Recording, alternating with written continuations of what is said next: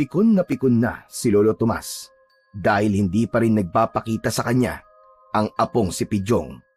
Hindi na naman ito tinapos ang pagsisibak ng kahoy. Nako!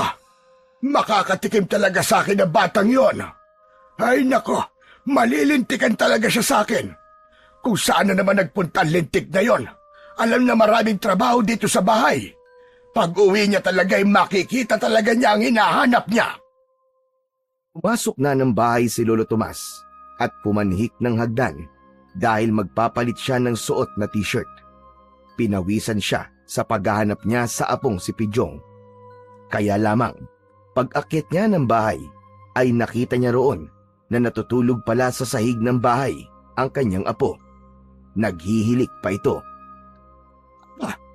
Jasking batang ito! Pinahirapan pa ako sa paghahanap, nandito lang pala sa itaas ng bahay at natutulog. Inabot na naman ang katamaran ng batang ito. Napakunot ang noo ni Lolo Tomas nang marinig niyang biglang tumawa ang kanyang apo. Tumatawa habang natutulog. Nananaginip pa yata ang lokong ito. Sige na. Huwag ka nang pakipot. Ikaw talaga oh. Sige na. Aba, tignan mo nga naman. Talagang nananaginip yata ang damuhong ito. Sige na. Pagbigyan mo na ako. Kahit isa lang. Mabilis lang to.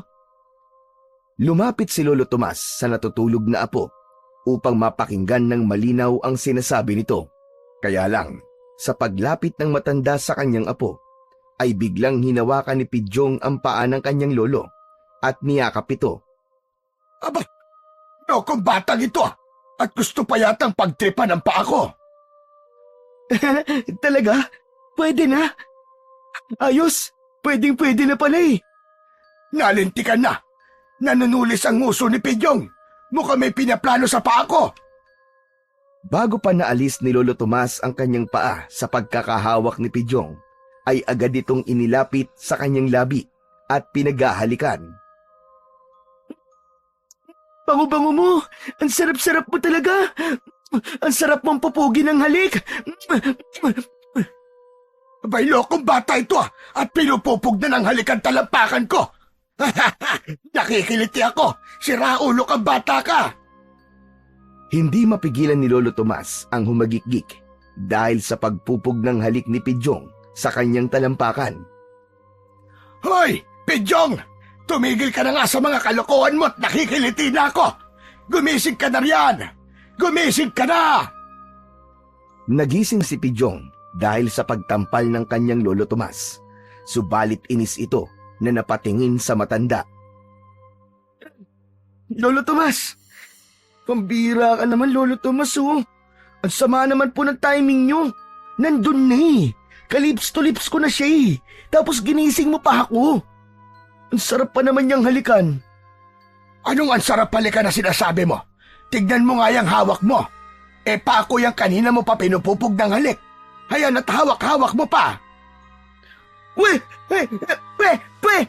Kaya pala sagwa ng lasa. Yak! Kadiri! Saka amoy patay na daga. Ngayon, panay ang pintas mo.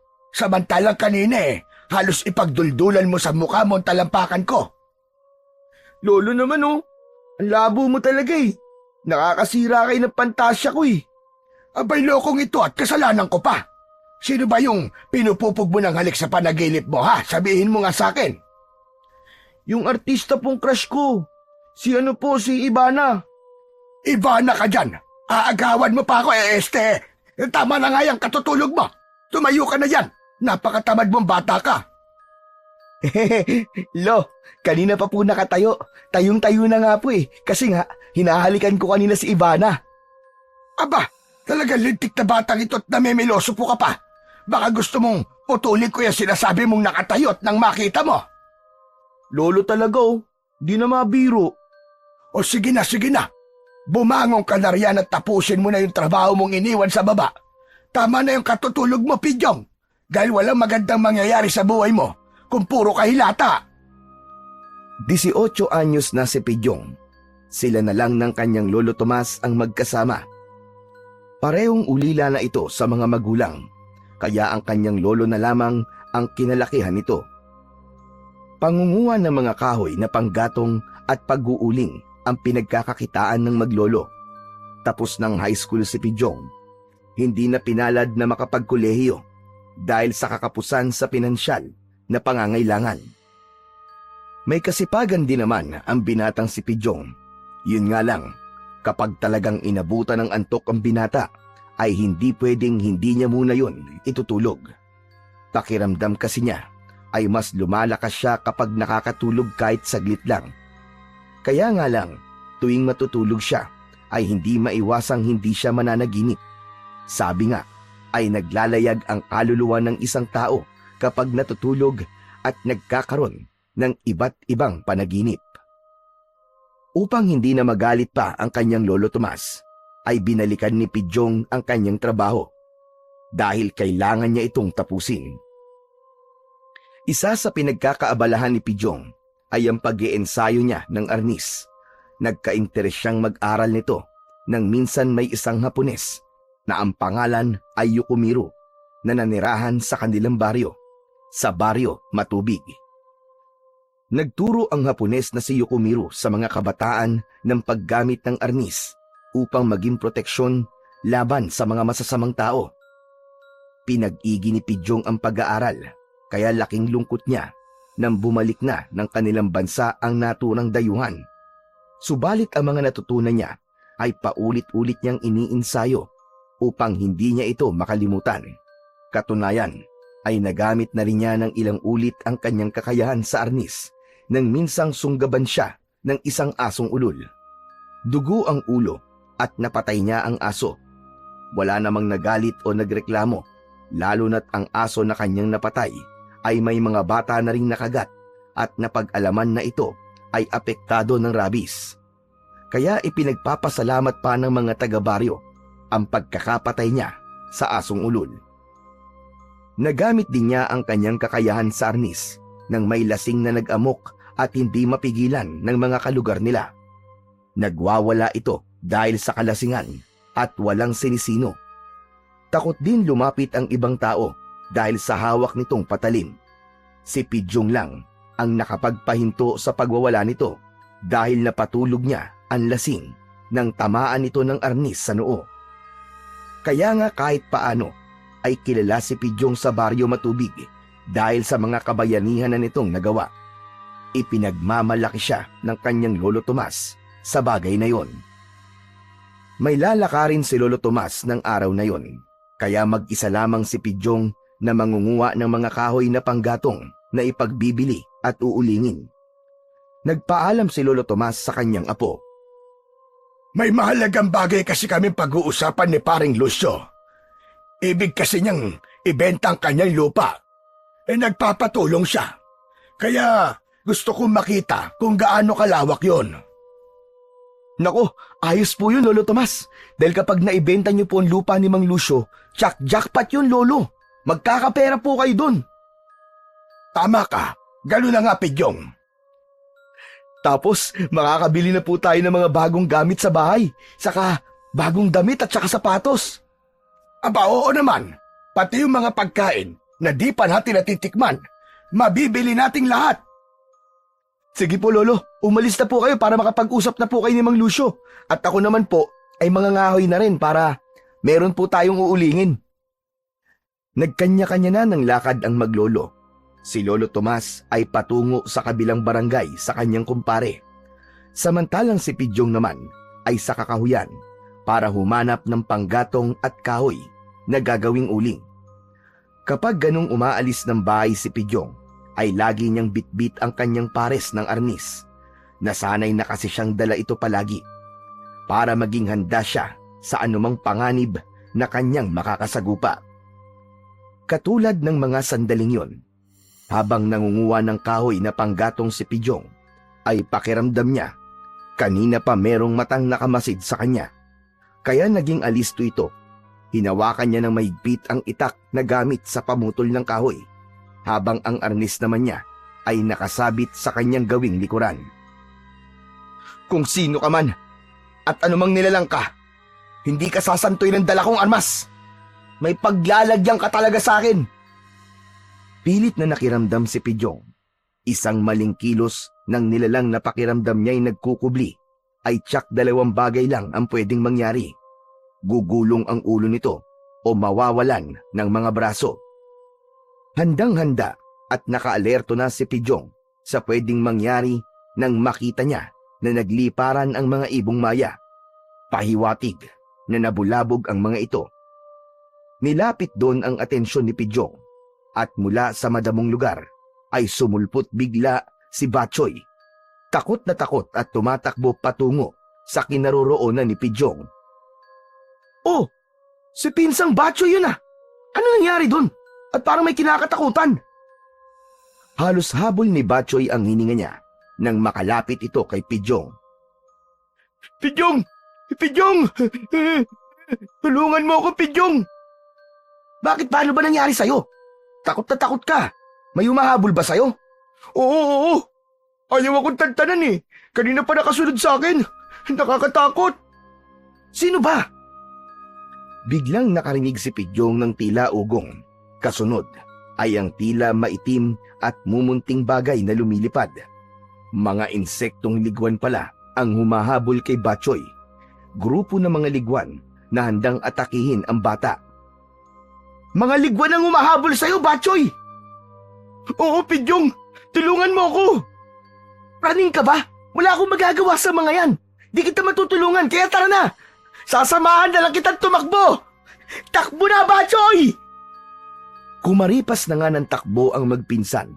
Kahit gaano pa kahusay sa arnis at kahit gaano pa katalas ang dalang itak ni Pidyong, ay hindi niya kayang gamitin yon laban sa insektong paparating. Bilis sa pagtakbo lang ang kaya nilang gawin upang makapagtago at makaiwas sa kagat ng mga liguan. At dahil ang tanging kaligtasan lang nila ay sa ilog upang hindi makatikim ng kisot o kagat ng mga ligwang humahabol sa kanila, kaya patungong ilog ang direksyon ng magpinsan.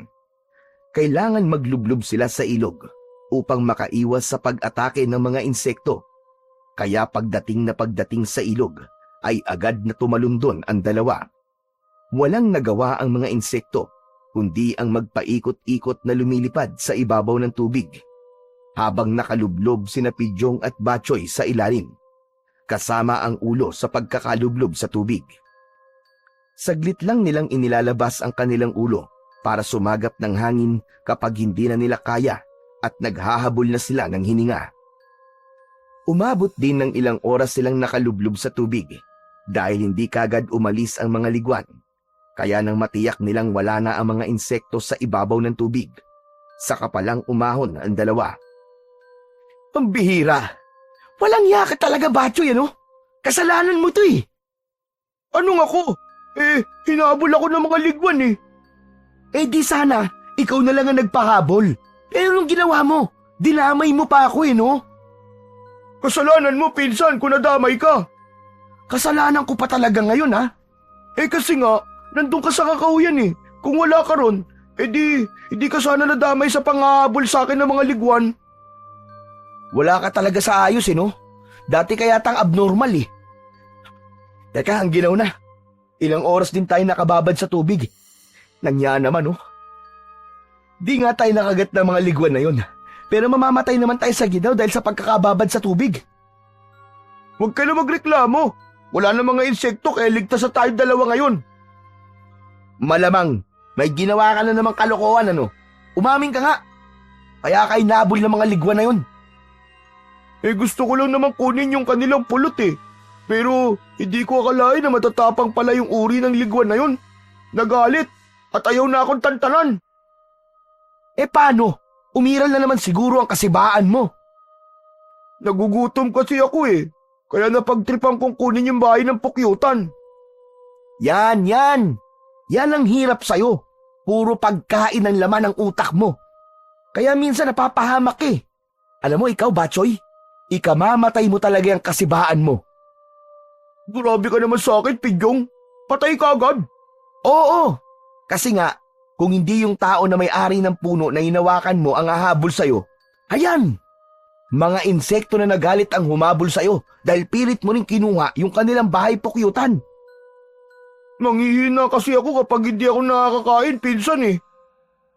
Sa susunod, mag-dieta ka kasi para hindi laging pagkain ang hinahanap mo. Nag-dieta naman na ako eh. 3 takal na nga lang ng kanin ang kinakain ko eh. Dati 5 takal eh.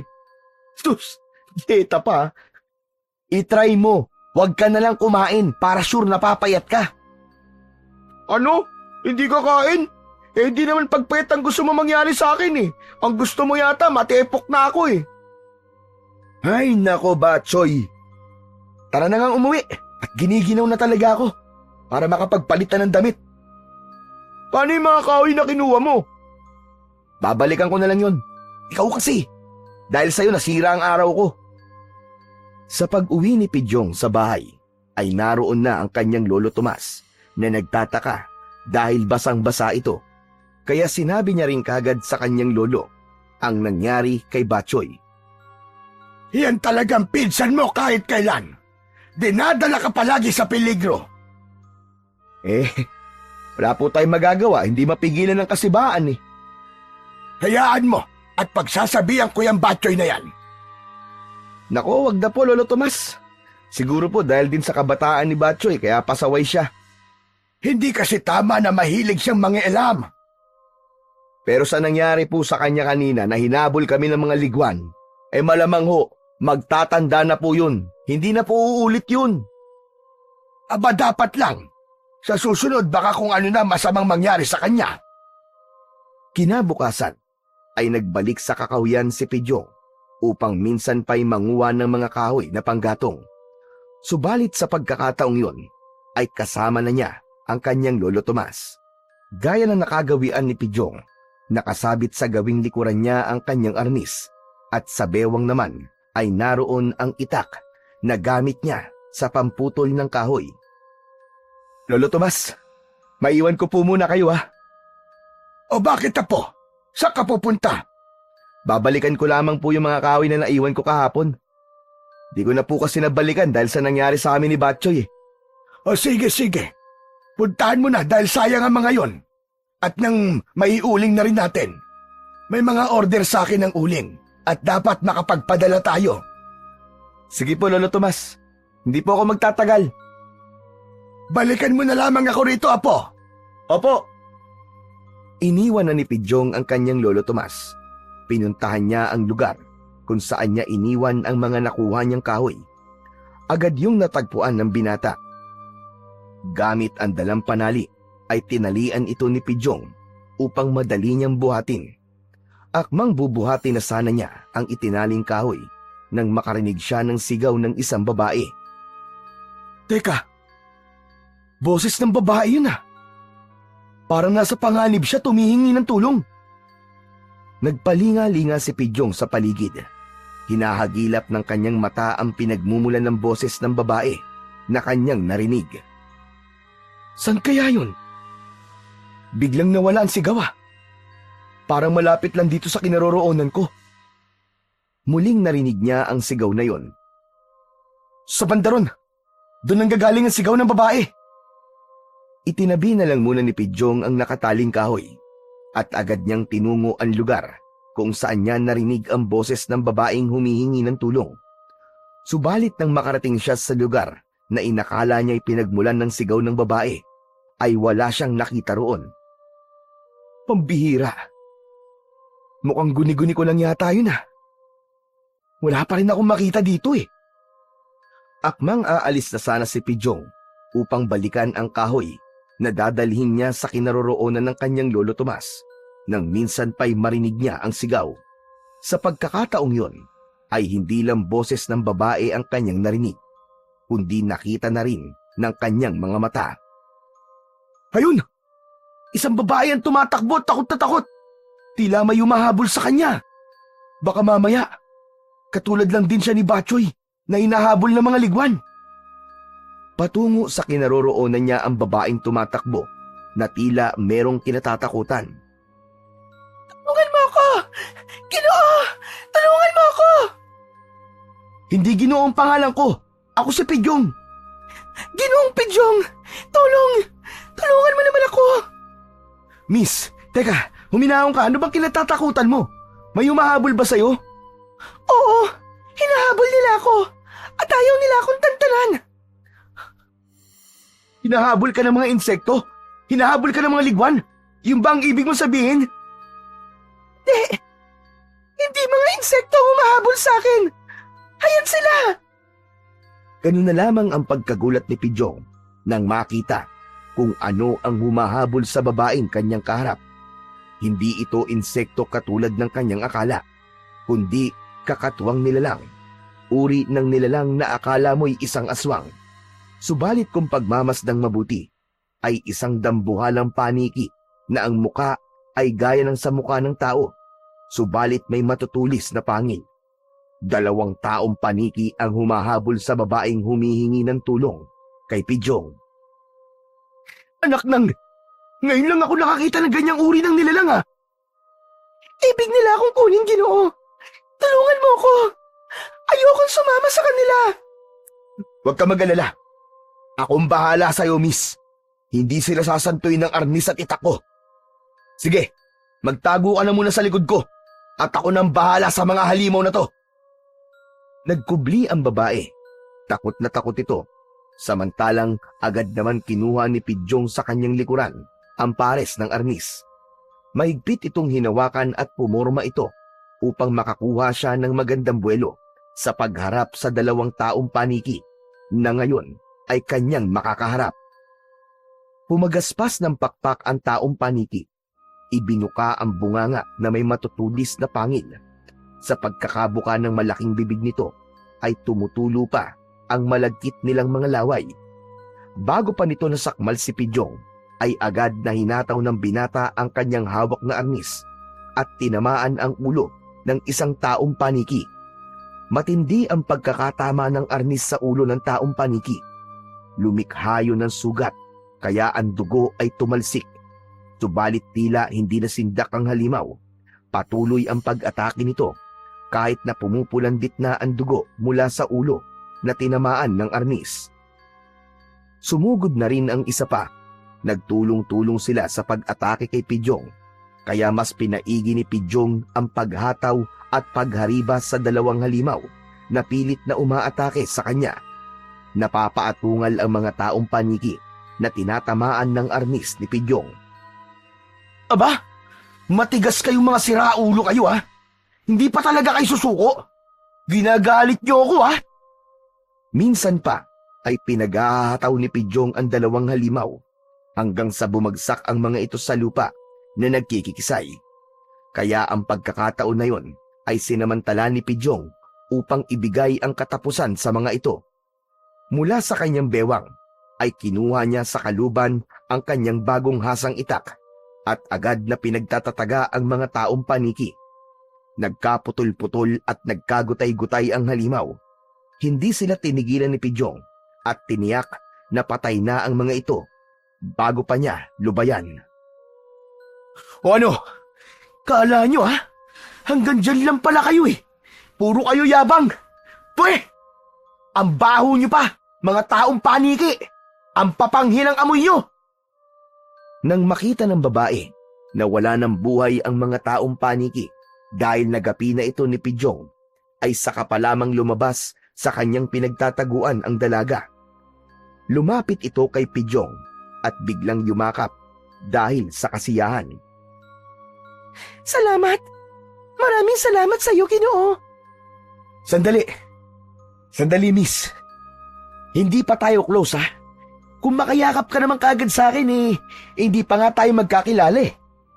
Ay, paumanhin, Ginoo. Nadala lamang ako ng aking damdamin. Labis-labis kasi ng aking nararamdamang kasiyahan. Iniligtas mo ako sa kamay ng mga taong paniki.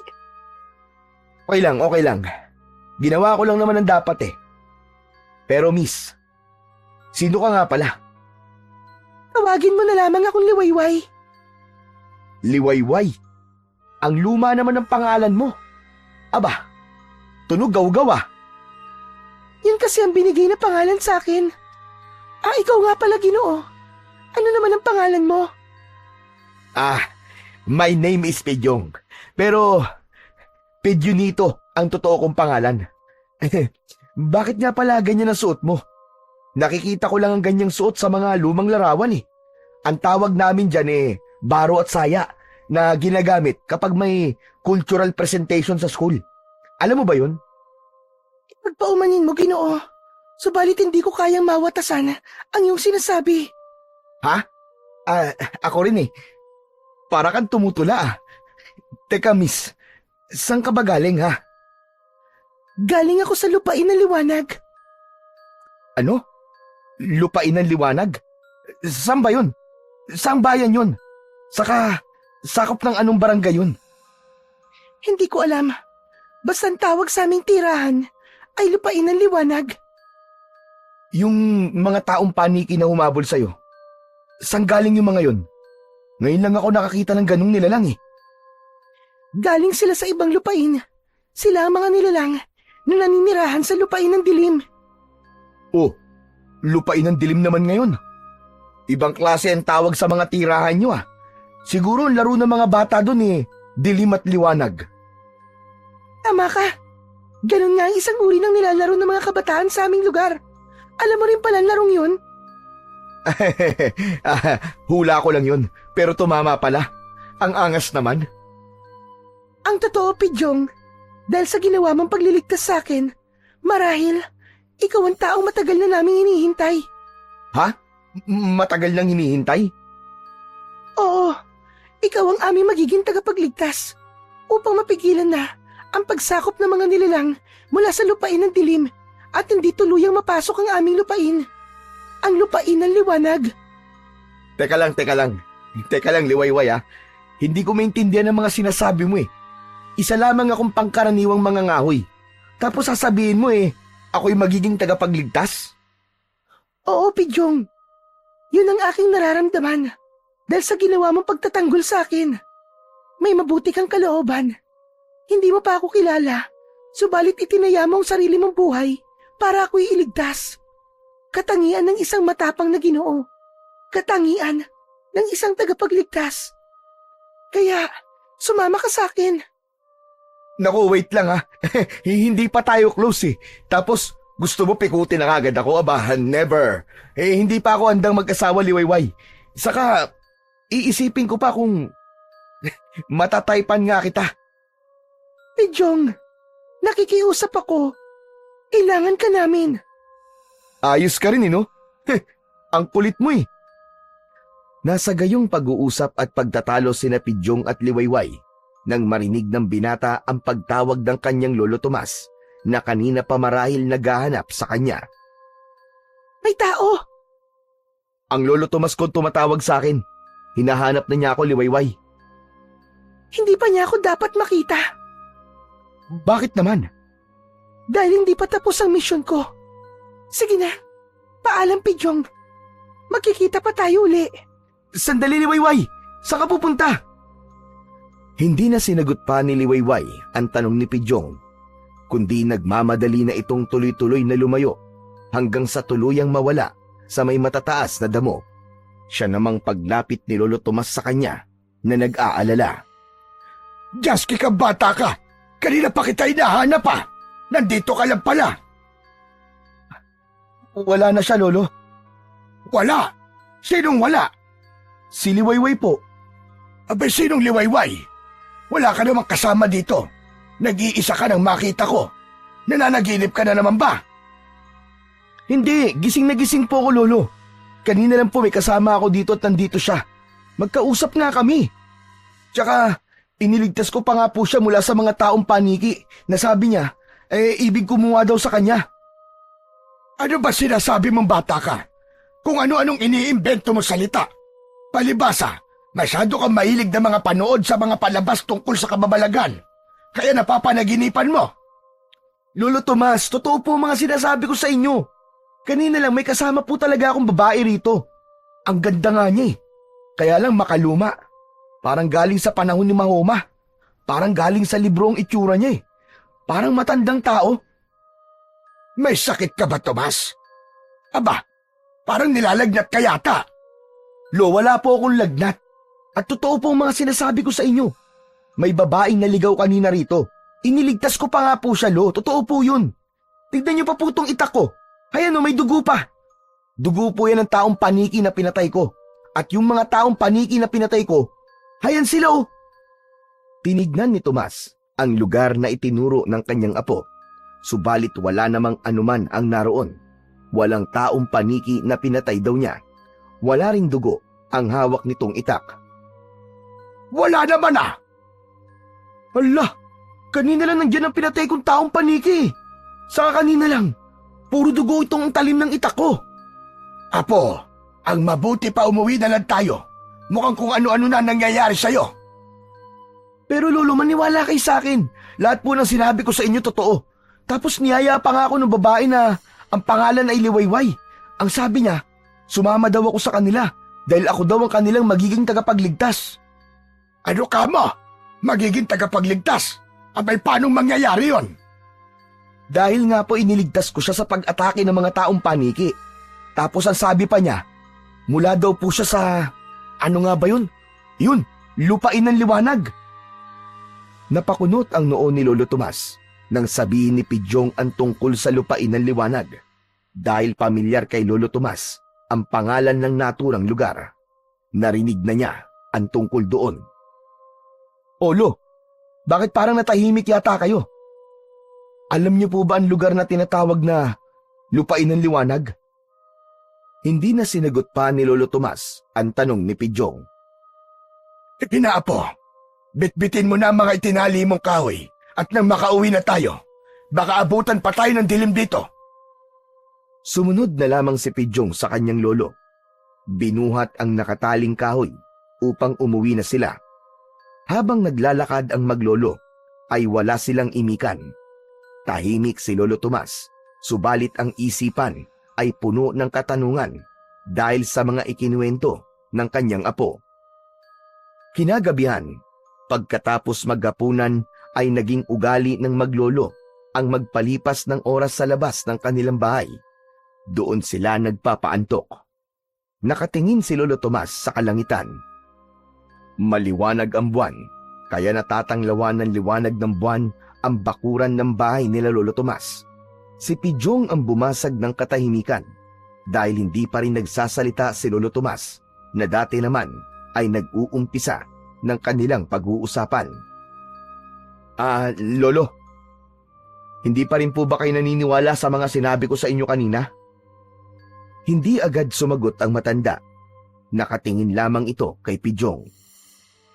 Ang liwanag ng buwan, no? Di kaya diyan yung lugar na sinasabi sa akin ni Liwayway na lupain ng liwanag? Doon daw po kasi sila nakatira eh. Tumitig si Lolo Tomas sa mga mata ng apo. Pidyong apo, hindi ko alam kung dapat ko bang sabihin sa ito. Kaya lamang, pagkakataon na ang siyang nagtakda. Dahil ramdam ko na sa mga darating na araw, ay mas marami ka pang madidiskubre na yung ipagtataka. Ano po? Tungkol naman po saan, Lolo Tomas? Sa nangyari sa'yo, sa nakita mong babae sa kakahuyan, at ang ginawa mong pagliligtas sa kanya. Ibig po bang sabihin naniniwala na po kayo sa akin? Oo po, naniniwala na ako sa'yo. Naibig ko sanang wag na lamang pansinin dahil alam ko kaakibat ng mga pangyayaring yon ang paghihiwalay nating dalawa. Ano po? Magkakaiwalay tayo, Lolo? Sapagkat dadaling ka sa lugar na kailangan mong marating, sapagkat yun ang nakatadhana sa'yo. Dahil nabibilang tayo sa lahi ng mga taong nakatakda upang magligtas at makatulong sa kapwa. Sa lumang panahon man o sa bagong panahon. Teka, Lolo Tomas, sandali lang po. Naguguluhan po ako eh. Hindi ko po kayo magets eh.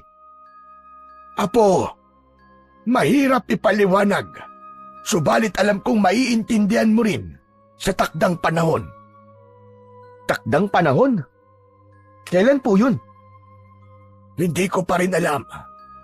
Ngunit batid kong napakalapit na noon. Teka, naguguluhan pa rin po ako, Lolo Tomas. Kung totoo nga po ang sinasabi nyo, paano ako magiging tagapagligtas? Pangkaraniwang tao lang ako eh. Tapos, sa ibang lupain pa yon. Apo, May nakatakda para sa iyong magiging kapalaran. Halika, sumama ka sa akin. Meron ka pang dapat malaman. Tumayo ang maglolo at pumasok sa loob ng bahay. Sa isang lugar ng bahay ay may mga nakatambak na lumang gamit roon. Para kay Pidyong ay mga patapon yun dahil nga sa kalumaan. Subalit mahalagang bagay pala.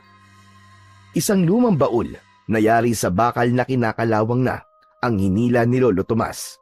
Hindi ito nakakandado, subalit dahil sa kalumaan at pagkakaroon ng kalawang ay nahirapan ang matanda na buksan ito.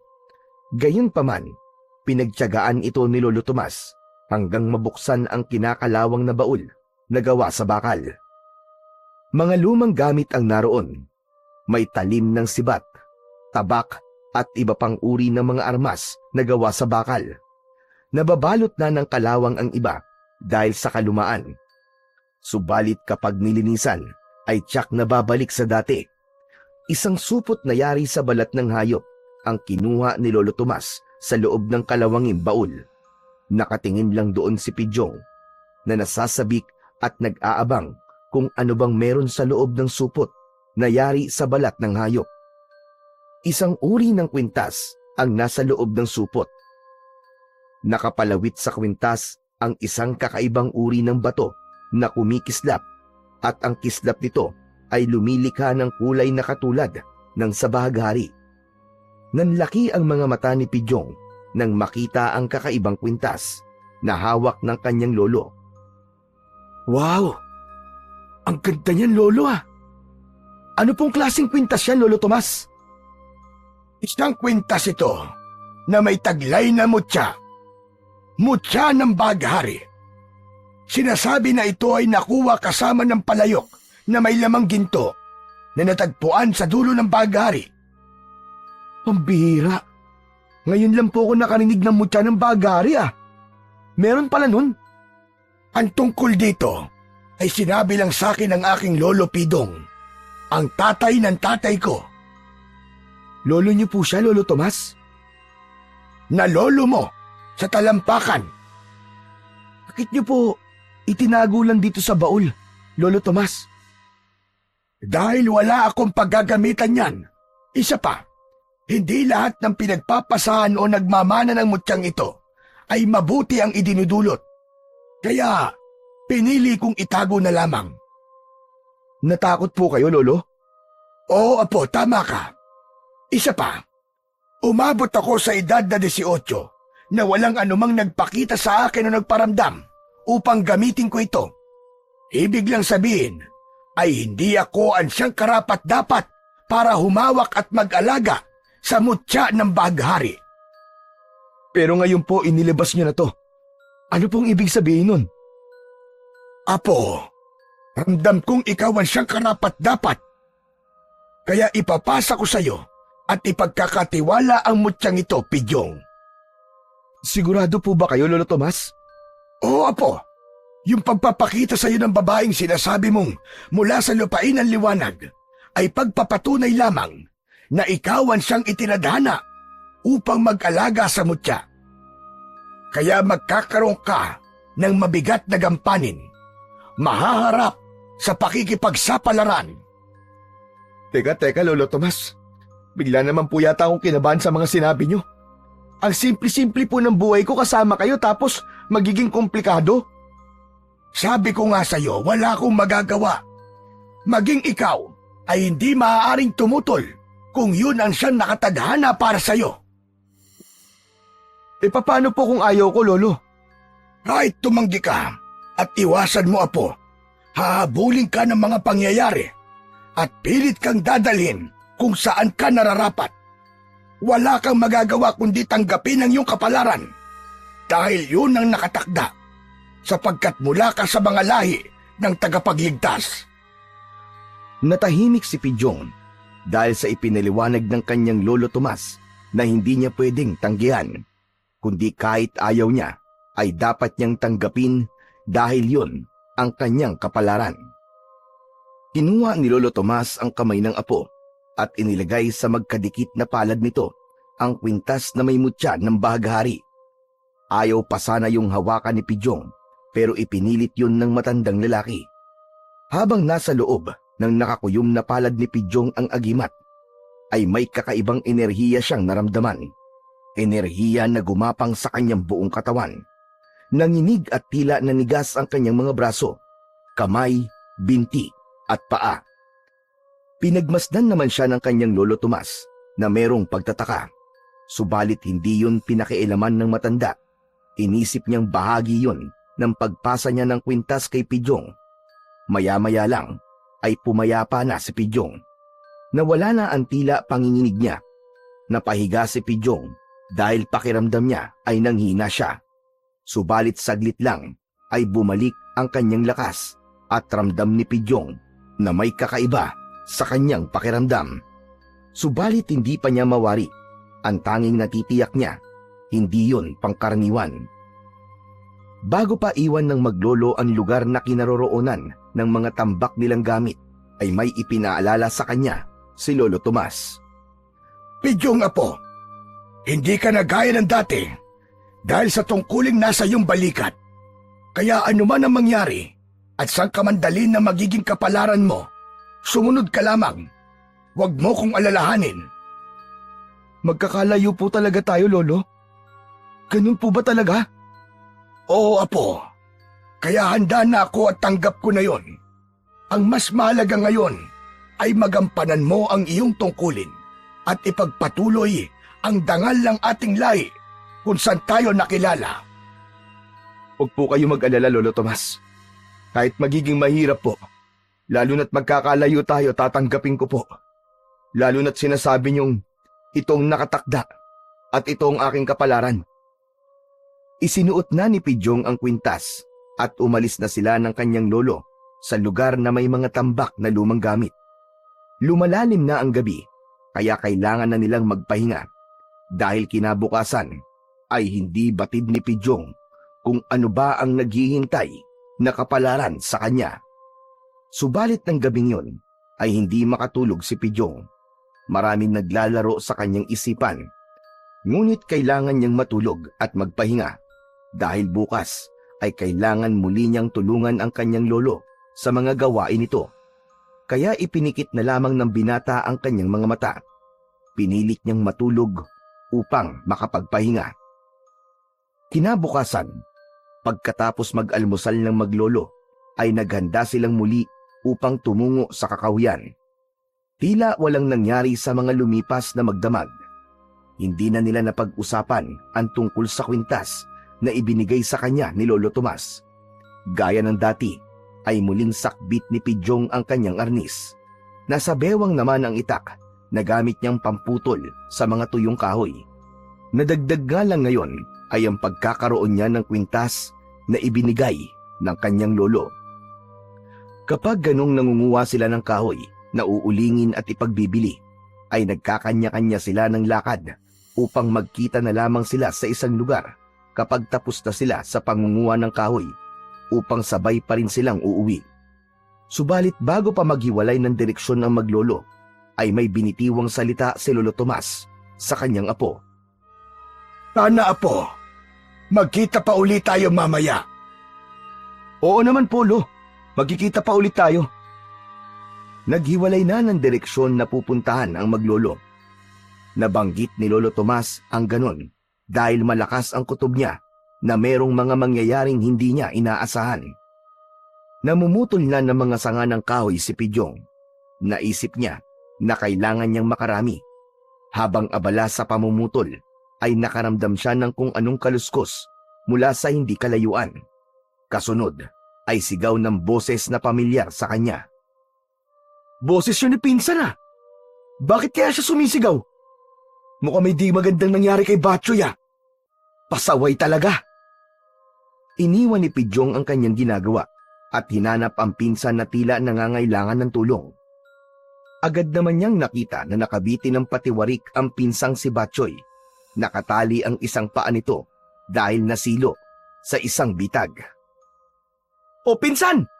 Pambira ka, anong ginagawa mo dyan? Gusto mo bang mag-alatarsan ha? Nagtatanong ka pa talaga.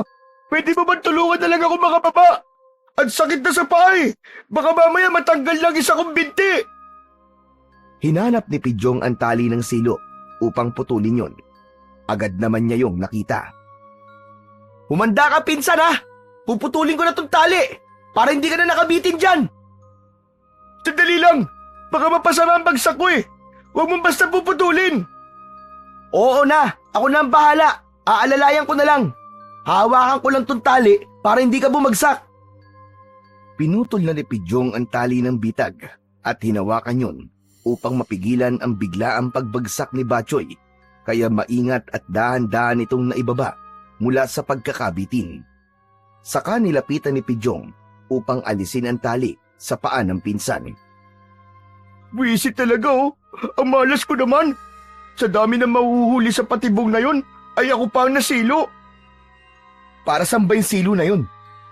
Para sa ligaw na hayop o kaya sa baboy ramo. Eh tama lang naman, di ba? Masyado kasing layas at hindi maingat kaya ikaw ang nahuli. Saka isa pa. Mukha ka namang baboy ramo eh. Aray ko naman, pinsan. Masyado ng personal yun ah. At nasaktan ka pa sa lagay na yan ha. Tignan mo nga yung itsura mo. Nilait mo na naman ang katabaan ko.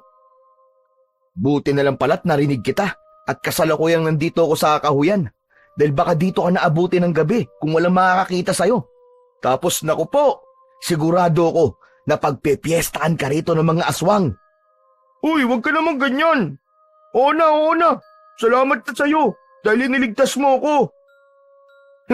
Huwag ka kasi masyadong pasaway para hindi ka napapahamak. Nag-uusap ang magpinsan nang mula sa isang bahagi ng gubat ay minsan pang nagpakita kay Pidyong si Liwayway. Salamat at nakita ulit kita, Pidyong. Oh, nandito ka rin pala, Liwayway. Uy, Chika Babes. Magkakilala kayo, pinsan? Oo, Batchoy. Nagkakilala na kami kahapon ni Liwayway dito din sa Kakahuyan. Liwayway, siya nga pala ang pinsan ko, si Batchoy, na laging gutom at mahilig lumamon. Pinsan naman eh. Ipinakilala mo nga ako dito sa magandang dilag. Inilaglag mo naman kagad ako. Nagagalak akong makilala ka, Batchoy. Ako man, Liwayway. Oh, wala bang beso-beso man lang? Ano? Ano yung beso-beso? Huwag mong intindihin yun. Kalokohan lang ni Batchoy yun. Huwag mo na siyang pansinin. Habang nag-uusap ang tatlo, ay minsan pang may dumating na mga taong paniki na ang pakay ay kunin si Liwayway. Nanlaki ang mga mata ni Batchoy sa nakita. Bagamat naging pamilyar na kay Pidyong ang mga taong paniki. Andito na naman pala mga pangit na to. Napatay ko na sila, di ba, Liwayway? Iba sila. Natuntun na rin ng ibang taong paniki itong kinaroroonan ko. At maging sila ay nakakarating na dito mula sa lupain ng dilim. Pinsan, pa kung anong gawin sa atin ng mga halimaw na yan ha? Ayoko pang mamatay, hindi pa ako nagkakajowa. Huwag ka mag-alala. Akong bahala sa kanila, pinsan. Bago pa makalapit ang mga taong paniki kina Pidyong, ay tila nasilaw na ang mga ito sapagkat biglang nagbigay ng liwanag at kumislap ang suot na kwintas ng binata. Kasunod ay ang pagkakaroon ng tila bahagari. Napahawak si Batchoy kay Pidyong, samantalang tila nauunawaan naman ni Liwayway ang ibig sabihin ng lumitaw na bahagari, kaya humawak siya sa braso ng binata. Saglit pa ay hinigop sila ng bahaghari. Iniluwa ang tatlo sa isang lugar na tila paraiso. Maraming magagandang halaman at merong isang malinaw na lawa na ang tubig ay kumikislap na parang diamante. Pambihira. Wow! Anong lugar to? Bakit tayo dinala rito ng bahagari? Pinsan, ano ba nangyayari? Hindi ko maintindihan ah. Huwag ka na maraming tanong dyan, Batchoy. Dahil ako man, hindi ko rin naiintindihan. Nandito kayo sa aming mundo. Sa lupain ng liwanag. Dinala tayo rito ng bahagari mula sa iyong suot na kwintas, Pidyong. Kaya tama ako. Ikaw nga. Ikaw nga ang aming tagapagligtas. Uy, astig ah. Tagapagligtas ka raw, pinsan. Ang angas. Superhero ka nga. Ibang klase. Maraming salamat, Pidyong. At pumayag kang makarating dito sa aming lupain. Tiyak na matutuwa si Ama kapag nalaman niya na kasama ko ang aming tagapagligtas. Sumama kayo sa amin upang maipakilala ko kayo kay Ama. Lumakad na si Liwayway at nakasunod ang magpinsan. Palinga-linga ang mga ito. Pinagmamasdan ang bawat lugar na kanilang dinadaanan. Isang matandang babae ang sumalubong kay Liwayway nang makita ito. Mahigpit na yumakap at biglang umiyak ang matandang babae na sumalubong sa dalaga. Wayway, Apo! Salamat! Salamat at ligtas ka! Lola Rosal, si Ama, nasan po siya? Kailangan niya makausap ang mga kasama ko. Natahimik ang matandang kausap ni Liwayway. Nakatingin ito sa dalaga. Bakit po, Lola Rosal? May nangyari po ba kay Ama? Bihag ang iyong ama, Iha. Nakakulong siya sa lupain ng dilim. Sa lugar ni Dabilo. Ang pinuno ng dilim. Paano nangyari yun, Lola Rosal? Sinala kayo lupain natin ng mga kampo ng dilim. Iba't ibang uri ng aswang na mga pinagkakatiwala ang kawal ni Dabilo. May mga kalalakihan silang pinatay. At ang iyong ama ay dinukot nila. Bakit po dinukot si Ama, Lola? Dahil lang nais ni Dabilo ay ang iyong ama ang gawing pamalit para sa kanyang hinahangad na maging asawa. At sino naman po yun, Lola Rosal? Ikaw, Liwayway. Ikaw ang nais na maging asawa ng pinuno ng dilim. Pakakawalan lamang niya ang iyong ama kapag pumayag ka na maging asawa ni Dabilo. Napakasama niya. Ayoko. Hindi ako papayag na maging asawa ng isang masamang nilalang. Kapag hindi ka pumayag, Liwayway, malalagay sa panganib ang buhay ng iyong ama. Papatayin niya si Matipuno. Pero, hindi ko po kaya magpakasal sa pinuno ng dilim, Lola Rosal. Nasa kamay mo ang kaligtasan ng iyong ama, Liwayway. Hindi po ako papayag sa ibig mangyari ni Dabilo. Malaking kahangalan ang nais niya. Sino nga pala ang mga kasama mo? Mukhang taga-ibang daigdig sila. Galing po sila sa daigdig kung saan po ako napadpad. Nagpapasalamat nga po ako na dahil sa kanila ay nakabalik po ako dito ng ligtas sa ating lupain. Ako po si Pidyong, Lola. Ako naman po si Batchoy. Pinsan po ko ni Pidyong, Lola. Lola, may pagkain po ba kayo? Gutom na po kasi ako eh. Oo, may pagkain kami nakahanda. Halika kayo. Liwayway, marahil ay kailangan muna nila kumain. Tila malayong lupain ang inyong pinagmulan at nagugutom sila. Mamaya na lamang natin ipagpatuloy ang ating pag-uusap. Opo, Lola Rosal. Halika kayo, Pidyong, Batchoy. Sumunod kayo sa akin upang makakain na tayo. Sa isang malawak na bulwagan, dinala ni Liwayway ang magpinsan. Inutos naman ni Lola Rosal sa mga kadalagahang naroon na ilabas ang kanilang mga nilutong pagkain. Kaya ilang sandali lang ay napuno ng sari-saring pagkain ang malapad na mesa sa bulwagan. Mga karne ng hayop, inihaw na isda, at sari-saring prutas. Hane pa, parang piyestahan na. Siguro naman wala ka ng reklamo ngayong pinsan. Tiyak na bundat ka sa dami ng pagkain na nasa harapan natin. Pinsan, tamang napasama ako sa'yo. Hindi pala ako magugutom sa lugar na ito. Sandamakmak ang pagkain. Hinay-hinay ka lamang at baka maimpatyo ka. Nakakahiya kung dito ka pa magkakalat. Huwag ka mag-alala, Pinsang Pidyong. Alalay lang ang gagawin kong pagkain. Sige na, kumain na kayo, Liwayway. Sabayan mo na lang sila sa pagkain. Sumunod naman si Liwayway. Niyaya na niyang kumain ang magpinsan. Hindi malaman ni Batchoy kung ano ang una niyang kukuning pagkain.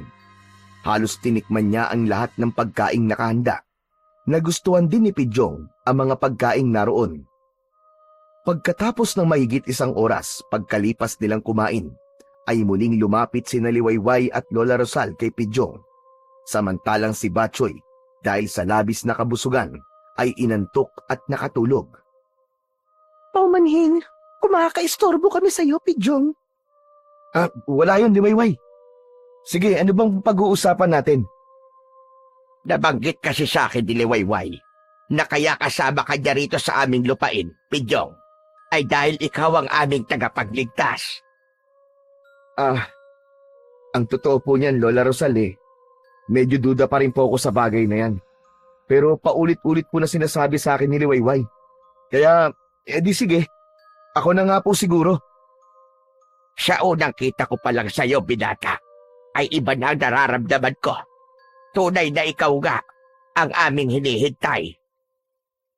At ang isa sa magpapatunay niyan, dahil sa suot niyang kwintas, ay nakabalik ako dito sa ating lupain. Tama ka, Apo. Yamang ikaw nga ang aming tagapagligtas. Kaya nakikiusap kami na iligtas mo ang ama ni Liwayway.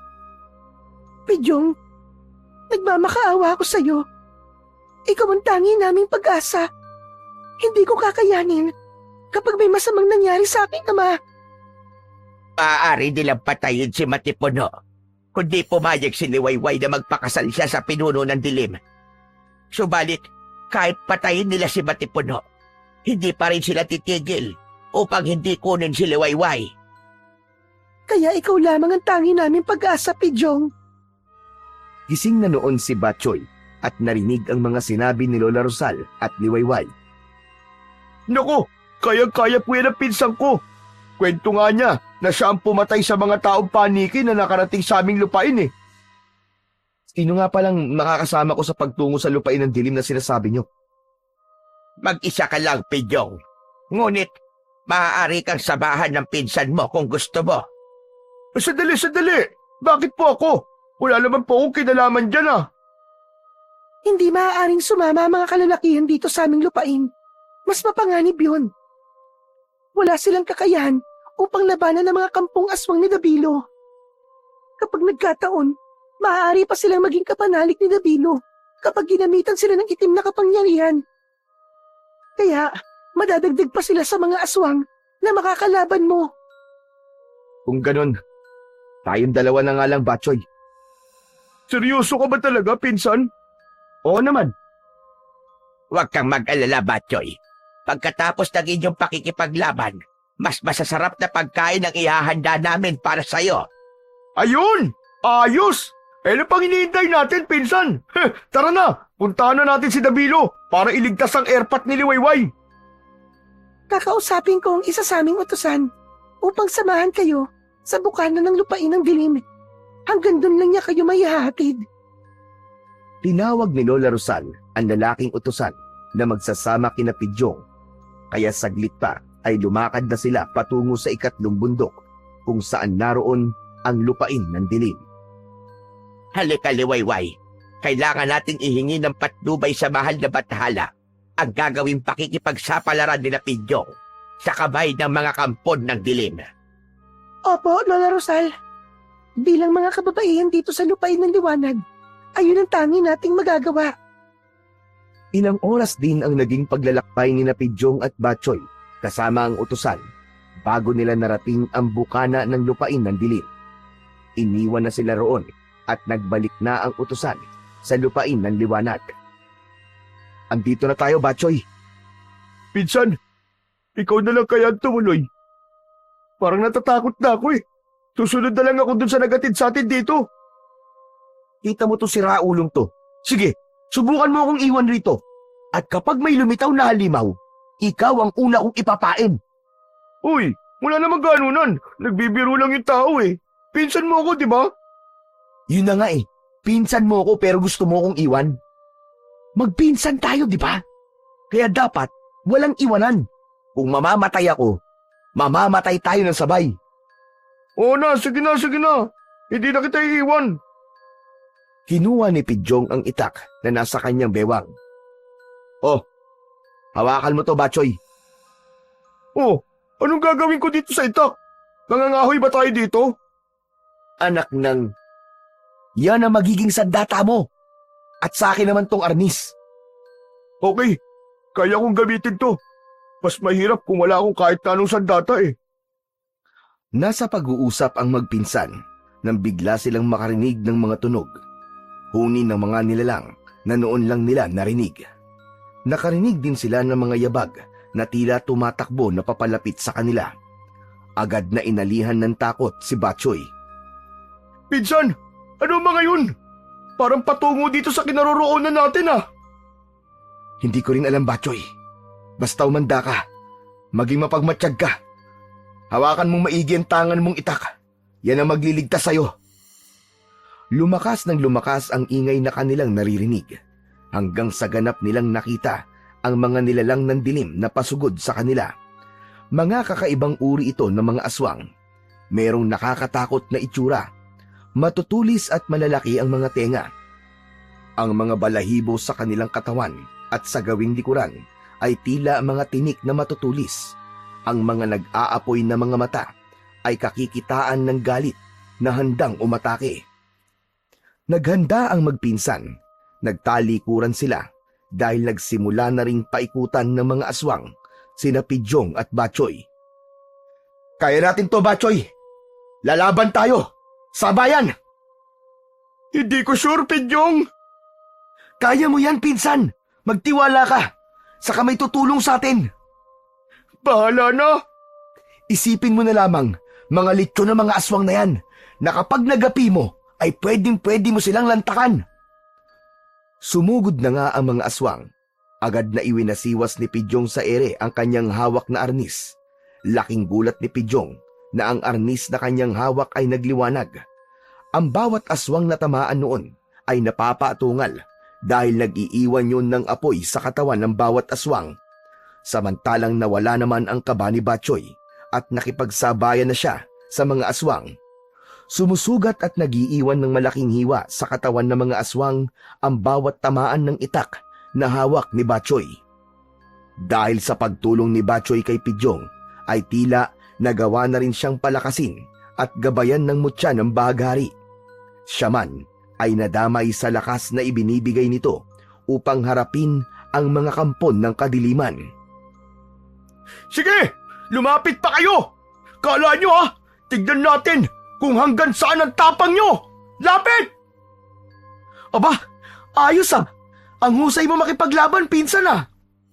Hindi ko nga rin alam eh. Huwag ka na lang maingay, baka mausog pa. Pero kaya ko palang humarap sa mga pangit na aswang na to, no? O pinsan, ayan. Aatake na yung aswang sa likod mo. Nasa likod ko? Hetong sa'yo. Yan!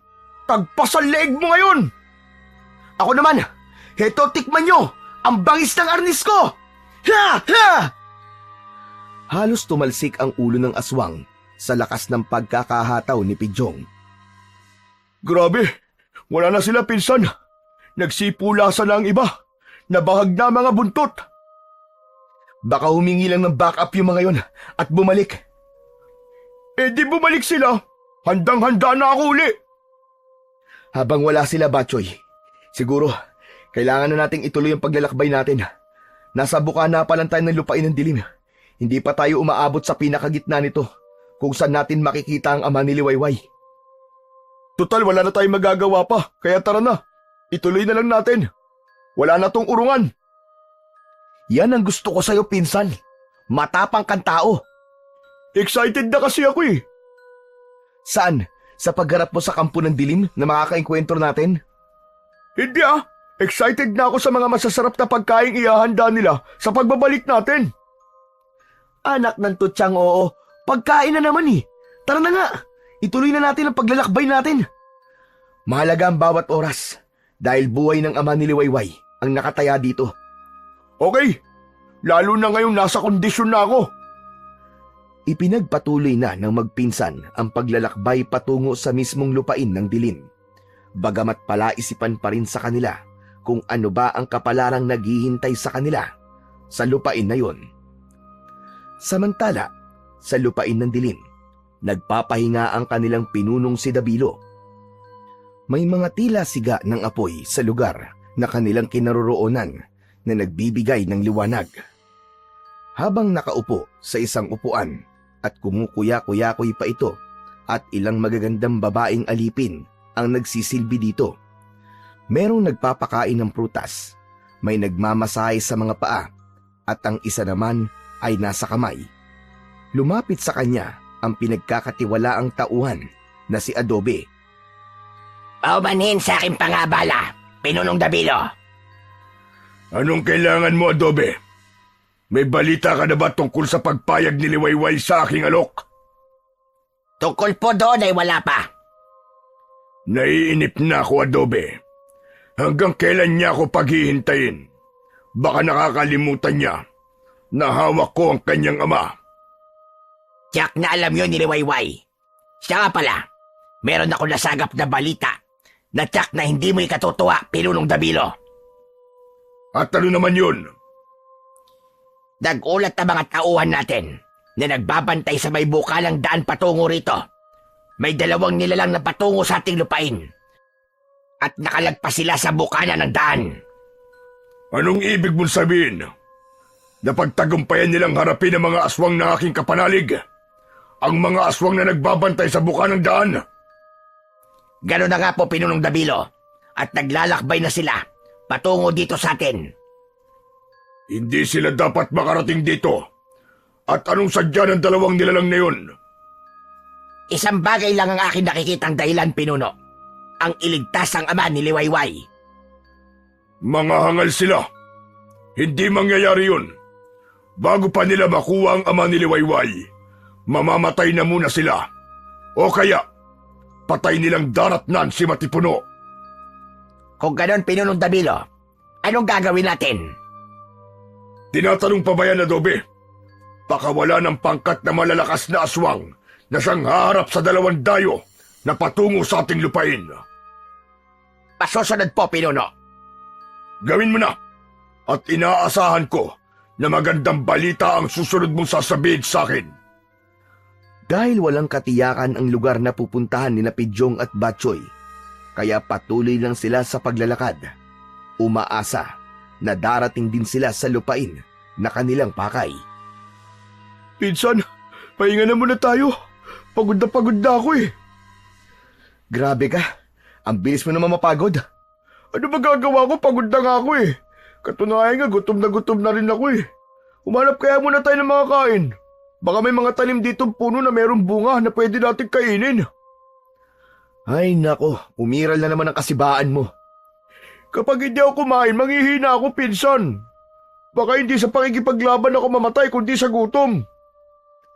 Ang dami mong pang sinasabi. Tara na, humanap na tayo ng mga ngata mo. Ikaw talaga, susunod ka rin lang naman. Ang dami mong panreklamo. Doon tayo, mukhang marami mga tanim na halaman doon. Naghanap na ng makakain ang 2. Isang puno ng saging na hitik sa hinog na bunga ang nakita nila. Yun, ayos! Jackpot! Mga hinog na saging! Pwede na to, pinsan! Talo-talo na to! Dahan-dahan sa pagkain yan, pinsan ha. Kapag naparami ka ng kain yan, baka magkaproblema ka na naman sa pagdumi. Ikaw rin. Dadamihan ko na lang ang inom ng tubig. Kumain na tayo at talagang di ko na kaya. Kumukulo na ang tiyan ko. Nagrereklamo na ang mga bituka ko. Agad na nilantakan ni Batchoy ang hinog na saging na kanilang nakita. Tumitikim-tikim lang si Pidyong dahil hindi pa naman siya nakakaramdam ng sobrang gutom. Habang nakakarami na ng kanin ng saging si Batchoy, ay may naamoy nakakaiba si Pidyong. Masakit yun sa ilong. Anak ng tutsang oo. Yan na nga ba ang sinasabi ko, insan? Hinay-hinay lang kasi ayan tuloy. Mukhang kailangan mo pa magbawas ngayon. Ano ba sinasabi mo dyan, Pidyong? Nagpasabog ka na naman na mabahong amoy. Ano ka ba? Sana pinigilan mo man lang. Hindi ko alam ba sinasabi mo, no? Hindi pa nga ako nagpapalabas sa mabahong amoy eh. Ibig mo sabihin hindi ikaw nagpasabog ng utot? Hindi, no? Teka, oo nga, no? Ang baho nga nun ah. Naaamoy ko na rin. Kita mo na? Sarili mong amoy nababahuan ka? Ano ka ba? Hindi nga galing sa akin yun, Pexman. Kahit matsugi man ang butiki ng kapitbahay natin. Hindi sa akin galing yun. Lalo namang hindi galing sa akin. Pero grabe, sobrang baho talaga. Ang sangsang. Iginala ni Batchoy ang kanyang paningin. Gayon na lamang ang kanyang pagkagulat sa kanyang mga nakita. Grupo ng mga aswang na kung tawagin ay amalanhig ang paparating. Nakakadiri ang mga itsura ng mga ito na tila mga naaagnas ang mga katawan. Nahuhulog ang mga nabubulok na laman kaya lumilika ng nakakasulasok na amoy. Panibagong grupo ng mga aswang na naman yan, Batchoy. Mukhang hindi yata mauubusan ng aswang sa lugar na ito ah. Ibig sabihin nun, nandito na tayo sa lupain ng dilim. Kaya narito na rin ang iba't ibang uri ng aswang na maaari nating makaharap. Lahat sila ay kampo ng kanilang pinuno na si Dabilo. Ayon sa mga sinabi ni Liwayway at Lola Rosal. Nawala na tuloy ako ng gana, pinsan. Hindi ko matake ang amoy ng mga aswang na yan. Nakakadiri. Amoy imbornal sila. Tuloy-tuloy ang paglapit sa magpinsan na mga aswang na amalanig. Ang mabahong amoy ang unang panlaban ng mga ito dahil nasisira ang konsentrasyon ng sino mang makakaharap ng mga nilalang na to dahil sa nakakasulasok na amoy. Pinsan, hindi ko na talaga matake ang amoy ng mga to. Umatake na ang mga amalanhig kay Batchoy. Gamit ang kanyang sandatang itak, ay madali niyang nagagapi ang mga ito. Yun nga lang, tila walang kamatayan ang mga amalanhig. Anak nang, bumabangon sila uli. At kahit nagkakaiwalay na ang mga bahagi ng katawan nila dahil sa pagkakataga ko sa kanila, nagdurugtong uli sila. Tama ka, Batchoy. Mukhang hindi matatapos sa pakikipaglaban natin sa kanila. Bumabangon uli sila na parang walang nangyari. Oo nga, pinsan. Ikaw, baka may magagawa ka. Sige, akong bahala, titignan ko. Ako naman ang haharap sa kanila gamit tong aking arnis. Umatake ang mga amalanhig kay Pidyong. Tumitilapon ang bawat bahagi ng katawan ng mabahong nilalang kapag tinatamaan ng arnis ni Pidyong. Subalit nabubuo itong muli. Dumidikit sa bahagi ng katawan na naputol at muling tatayo upang makipaglaban kay Pidyong. Wala nga yatang kamatayan ng mga to. Pidyong, ano nang gagawin natin? Akong bahala. Ito na lang ang tangi nating pag-asa. Hinawakan ni Pidyong ang palawit ng kanyang kwintas, saka ito bumulong. Mutya ng bagari, ikaw na lang ang aming tanging pag-asa. Kaya kailangan namin ng tulong mo. Pagkatapos nakausapin ni Pidyong ang mutya ng bahagari, ay lumikha ito ng nakakasilaw na liwanag. Liwanag na kinatatakutan ng mga amalanig. Nasilaw sila sa liwanag, sumisigaw at umuungol dahil sa sakit at pagkasilaw na nararamdaman. Hindi nila kaya ang liwanag, pinsan. Unti-unti sila nanghihina at parang napapasok ka nilang katawan. Tama ka. Nahuli natin. Liwanag ang kahinaan ng mga amalanhig. Dahil sa liwanag ay nanghina ang mga kampon ng dilim. Bumagsak sa lupa ang mga ito. Pagkadakay unti-unting nalusaw ang katawan hanggang sa tuluyang maglaho. Wala na! Wala na sila, pinsan! Tinunaw na sila ng liwanag mula sa kwintas mo! Ang astig ng kwintas mo na yan! Sana all! Magkaroon din sana ako ng ganyan! Nagapi na natin ang ikalawang pangkat ng mga kapanalig ng pinuno ng dilim. Kaya makakarating na tayo sa lugar na kinaroroonan ng ama ni Liwayway. Kaya mismong ang pinuno na ng dilim ang ating makakaharap. Ganun ba yun? Marahil ganun na nga. Kaya dobling paghahanda ang dapat nating gawin, pinsan. Samantala, sa lupain ng dilim, nagngingit-ngit sa galit si Dabilo. Nakarating kagad sa kanya ang mga pangyayari. Mga walang silbi! Mga inutil silang lahat! Huminahon po kayo, Pinunong Dabilo. Paano kung hihinahon kung ganyan ang balitang matatanggap ko? Isa lamang po ang ibig sabihin nun, Pinuno. Hindi pang karaniwan ng dayo na ngayon ay nakapasok na sa ating lupain. Kung nagawa nilang gapiin ang magkakasunod na pangkat ng mga aswang, tayo na ang huling haharap sa kanila. Ganun na nga, mahal na Pinuno.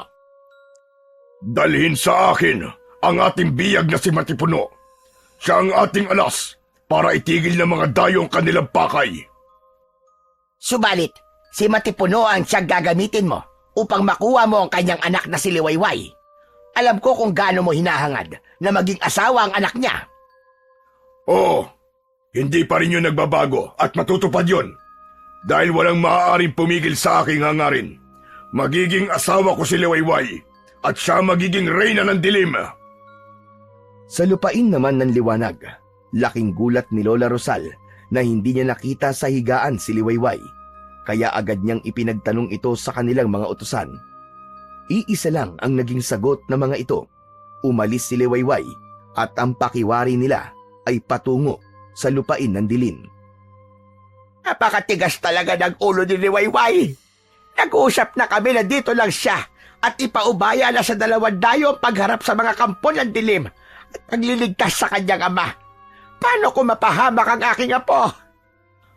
Malayo na ang narating ni Liwayway. Gaya ng sinabi ng mga utusan kay Lola Rosal, ay sumunod nga ito kina Pidyong at Batchoy. Nakarating na ito sa bukana ng daan ng lupain ng dilim. Walang kahit na anong aswang o malignong umahadlang sa akin. Malaya ako nakapasok. Isa lamang ang ibig sabihin nun. Napagtagumpayan nila Pidyong ang mga aswang na humarang sa kanila. Hindi ako nagkamali. Talagang maaasahan sila. Tunay na tagapagligtas.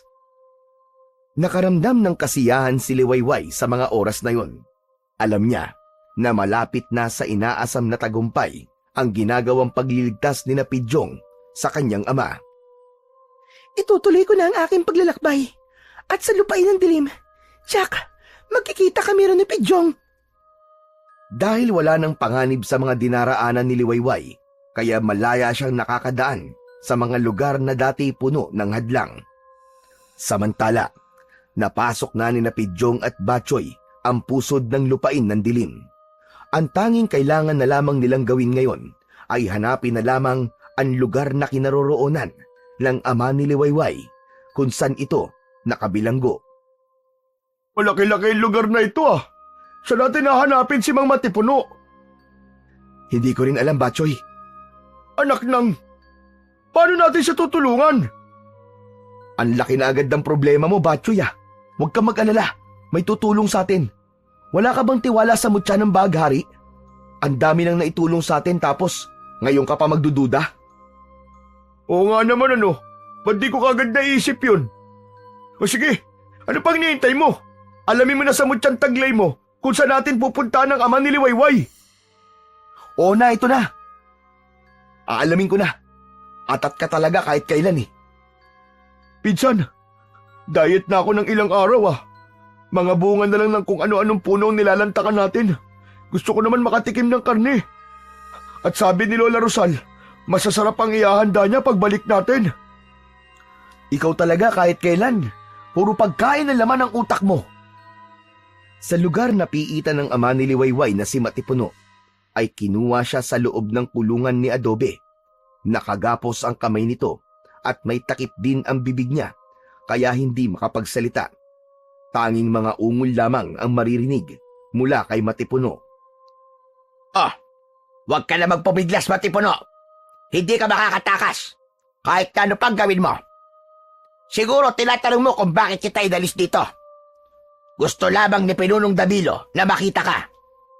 Baka may iba pang plano sa'yo. Kaya sumama ka na lang sa akin at wag mo kong pahirapan dahil masasaktan ka lang. Walang nagawa si Matipuno kundi ang sumunod kay Adobe. Kinaladkad ito upang dalhin sa harap ng pinuno ng dilim. Kumusta ka, Matipuno? Wala pa rin ang anak mo. Mukhang hindi ka mahalaga sa kanya. Tila mas gugustuhin pa niyang mamatay ka na lamang kesa magpakasal siya sa akin. Nagpupumiglas si Matipuno. Gusto nitong magsalita, kaya lang nakabusal ang bibig nito. Hindi siya binibigyan ng pagkakataon ni Dabilo na magsalita dahil ayaw niyang marinig ang sasabihin nito. Lalo na mga salitang hindi niya maaaring magustuhan at ayaw ni Dabilo na marinig yun. Bibigyan ko pa ng konting pagkakataon ng anak mo. Baka nag-iisip pa siya. Subalit oras na mainip ako. Nakahanda na ang tabak na puputol sa iyong leeg at saka ko yun ipapadala sa iyong anak dahil sa katigasan ng kanyang ulo.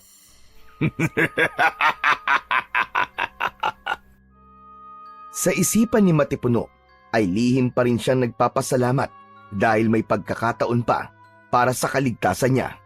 Sapagkat alam niyang hindi rin siya pababayaan ni Liwayway. Alam niyang gumagawa ng paraan ang kanyang anak upang iligtas siya. Sinenyasan ni Dabilo si Adobe. Pinababalik na si Matipuno sa kanyang kulungan. tapos na ang pakikipag-usap niya rito. Samantalang ng pagkakataong yun, ay natuntun na ni Pidyong at Batchoy ang kulungan dahil dinala sila roon ng mutya ng baghari. Kaya nga lang, Pidyong, pinsan! Wala naman nakakulong dito eh. Baka hindi dito ang kulungan ni Mang Matipuno. Imposible yun. Dito tayo tinuro ng tangan ko mutya eh. Hindi siya maaaring magkamali. Pinsan, may mga yabag. May paparating. Halika, magtago muna tayo, bilis! nagmamadaling nagtago ang dalawa, kaya kitang-kita nila nang ibalik ni Adobe sa kulungan si Matipuno. Tiniyak na nakakandado ang piitan sa kainiwan ang ama ni Liwayway. Nakagapos at may takip pa rin ang bibig nito. Nang makaalis na si Adobe at tsak na ng magpinsan na wala na talaga ito, ay saka sila lumapit kay Matipuno. Ganun na lamang ang pagtataka ng ama ni Liwayway. Balit sa maikling paliwanag ay naintindihan kagad sila ni Matipuno. Hindi madaling buksan ang kandado ng piitan, subalit sa pagtsatsaga ni Pidyong ay nabuksan din yun at nailabas nila ng kulungan si Matipuno. Nagmamadali silang umalis sa lugar na yun. Mahalaga ang bawat oras sa kanila. Dapat na nilang marating kagad ang lupain ng liwanag na kasama si Matipuno dahil naroon ang kanilang kaligtasan. Samantala, napasok na ni Liwayway ang lupain ng dilim at ngayon ay hinahanap niya sina Pidyong at Batchoy. Subalit sa kanyang paghahanap ay iba ang natagpuan ni Liwayway. Tignan mo nga naman. Andito ka rin pala, Liwayway. Huwag ka lalapit sa akin, Adobe. Lumayo ka. Akala ko mahihirapan kaming kumbinsihin ka. Yun naman pala ay pupunta ka rin dito para pakasal kay Pinunong Dabilo. Ikatutuwa niyang malaman na nandito ka na. At syempre, makakalaya na ang iyong ama. Hangal ka, Adobe. Hindi ako nagpunta rito para magpakasal sa iyong pinuno. Eh bakit ka nandito? Wala ka nang pakialam doon. Wala pala ha? Mga kapanalig na aswang. Hali kayo. Dadalhin natin ang babaeng yan kay Pinunong Dabilo para makasal na rin sila. Agad na lumapit ang mga aliping aswang na inutusan ni Adobe. Hinuli nila si Liwayway. Walang nagawa ang dalaga. Wala siyang anumang kapangyarihan, kundi tanging sina Pidyong lamang ang kanyang inaasahan. Bitiwan niyo ako! Pakawalan niyo ako, mga hayop kayo! Hindi ako pakakasal kailanman sa inyong pinuno! Dahil hindi ko pinangarap na magkaroon ng asawang pinuno ng dilim! Hindi! Hindi kailanman! Ang dami mo pa sinasabi. Sumama ka na lang sa amin para hindi ka na mahirapan at masaktan pa. Papalabas na ng lupain ng dilim sina Pidyong, subalit tila hindi nila matagpuan ang tamang daan. Samantalang ang tinatahak naman nila ay ang daan na dinaanan rin nila kanina. Ang bihira. Bakit ganun? Hindi tayo makalabas-labas, pinsan. Kanina pa tayo paikot-ikot. Hindi ko nga rin alam, Batchoy eh. Teka, baka alam ni Mang Matipuno. Sir, tama ba tong daan na binabagtas natin patungo sa lupain ng liwanag? Pinsan, hindi makakasagot yan. Alisin mo muna yung takip sa bibig niya para makapagsalita siya. Ay, oo nga pala. Sorry. Pasensya na po, Mang Matipuno. Inalis ni Pidyong ang nakatakip sa bibig ni Matipuno. Maraming salamat. Isa lang ang alam kong dahilan kung bakit hindi niyo makita-kita ang daan. May hindi magandang nangyayari at kailangan manatili pa kayo dito. Lalo na kung ikaw na nga lang may suot na kwintas ang siyang aming magiging tagapagligtas. Mukhang tama siya, Pidyong. May problema pa tayo. May narinig silang ingay na boses ng babae. Nagkubli sila upang alamin kung saan yun galing at bakit meron silang narinig na ingay. Ganun na lamang ang gulat nila nang makita na kasama ni Adobe at pilit na kinakaladkad si Liwayway. Hindi maaari to, pinsan. Andito si Liwayway at biyag siya ng isang lalaki. Kailangan kong iligtas ang aking anak. Sandali! Hindi ka maaaring lumapit sa kanila. Kami na ni Batchoy ang bahala. Ililigtas namin si Liwayway. Pangako yan. Hindi ko maaaring ipaubaya na lamang sa inyo kaligtasan ng anak ko. Bilang ama ni Liwayway, ako ang unang may pananagutan sa kanya. Hindi na nagawang pigilan ni Pidyong si Matipuno. Pinuntahan nito si Adobe upang iligtas ang anak. Patay! Problema ito, Pidyong! Matigas ang ulo ni Mang Matipuno! Nauunawaan ko siya, Batchoy. Lalo na't anak niyang nasa panganib. Kailangan umisip na lang tayo ng paraan upang matulungan siya. Hindi nagtagal, naiharap ni Adobe si Liwayway kay Dabilo. Walang pagsidlan ng kagalakan si Dabilo nang makita ang pinakahahangad na babae na si Liwayway. Mahusay! Napakahusay ng ginawa mo, Adobe. Ikaw lang pala ang makapagdadala kay Liwayway. Halika rito, aking mahal. Alay ko sa iyo ang aking pag-ibig, ang maging reyna ng lupain ng dilim. Angal ka, Dabilo! Dahil hindi ako magiging asawa mo kahit kailan! Mamamatay muna ako bago mo siya makuha, Dabilo! Nagulat sina Adobe at Dabilo nang makita na nakalaya si Matipuno. Anak nang, nakalaya ka! Kagagawan ba ito ng mga dayo? Nasaan sila? Akalang pakialam doon! Napakasaya nito! Magkakasama na tayo! Kaya tama lamang na masaksiyan ng Matipuno ang pag-iisang dibdib namin ni Liwayway na sa ayaw at sa gusto niya ay mangyayari. Nagkukubli lamang sa pagkakataong yun sina Pidyong at Batchoy na nag-aantabay sa mga mangyayari. Subalit kanina pa nila inihahanda ang kanilang sarili sa anumang kasasapitan ng tagpong yun. May drama pa yatang magaganap, pinsan! Huwag kang maingay! Hayaan natin sila at sasabihin ko sa'yo kung kailan tayo lalapit at makikialam sa kanila. Hindi na kaya ni Matipuno na makita na nahihirapan ang kanyang anak na si Liwayway na inilalapit na kay Dabilo.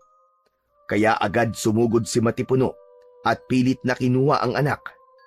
Walang anumang sandatang dala si Matipuno, kaya nakipagpambuno siya kay Adobe.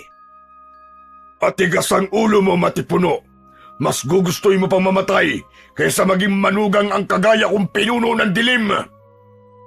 Nakawala si Liwayway dahil nagpambuno sina Adobe at Matipuno.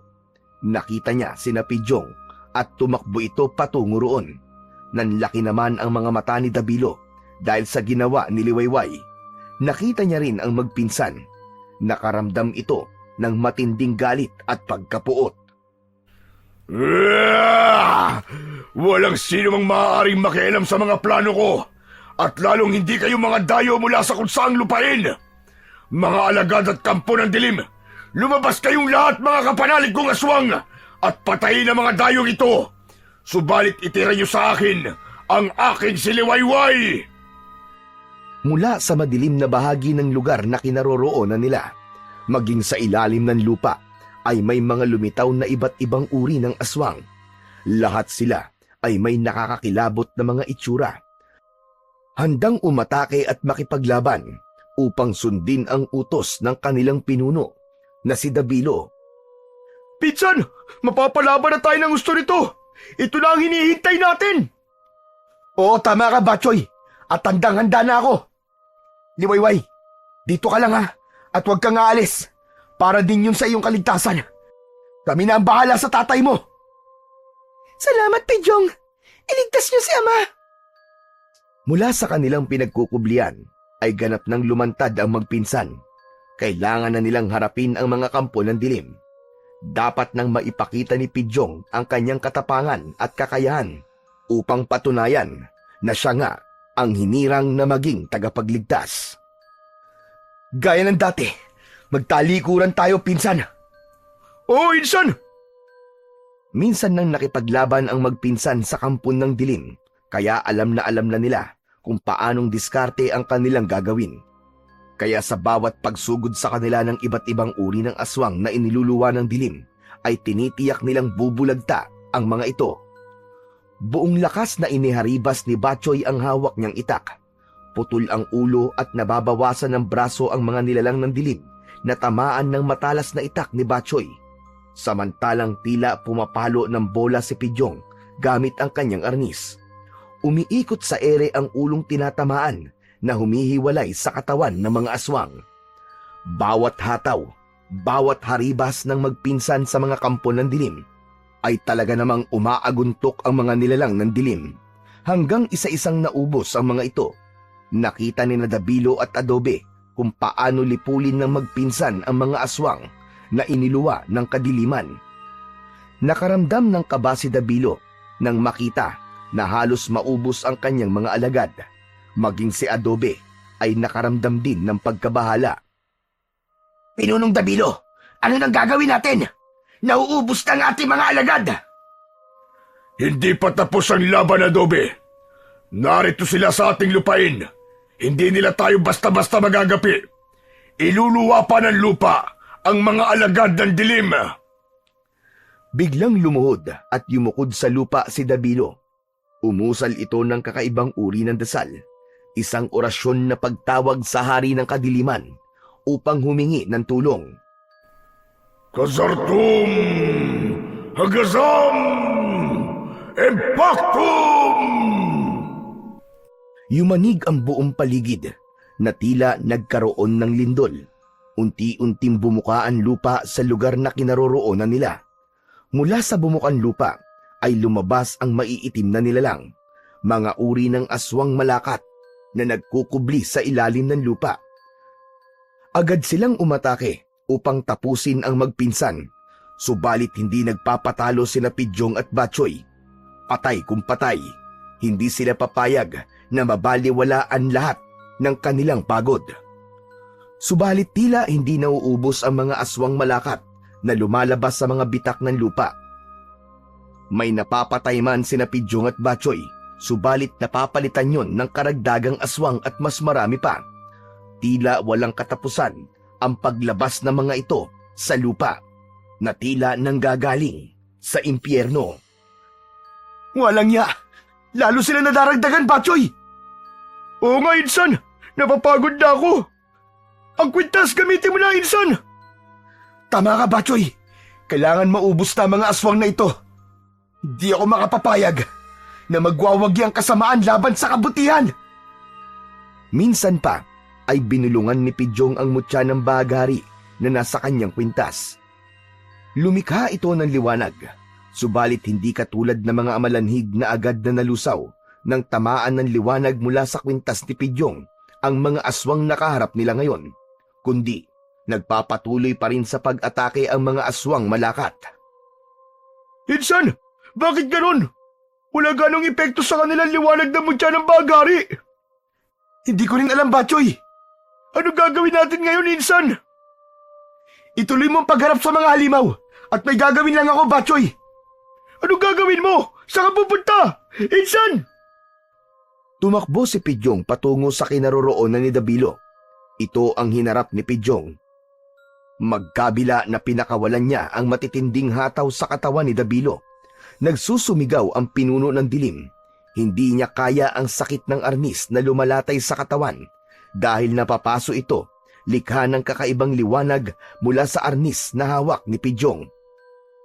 Walang hiya ka, dayuhan. Ako pa talaga ang pinuntirya mo. Dahil kapag ikaw ang napatay ko, alam kong maglalaho na rin ang lahat ng halimaw na narito.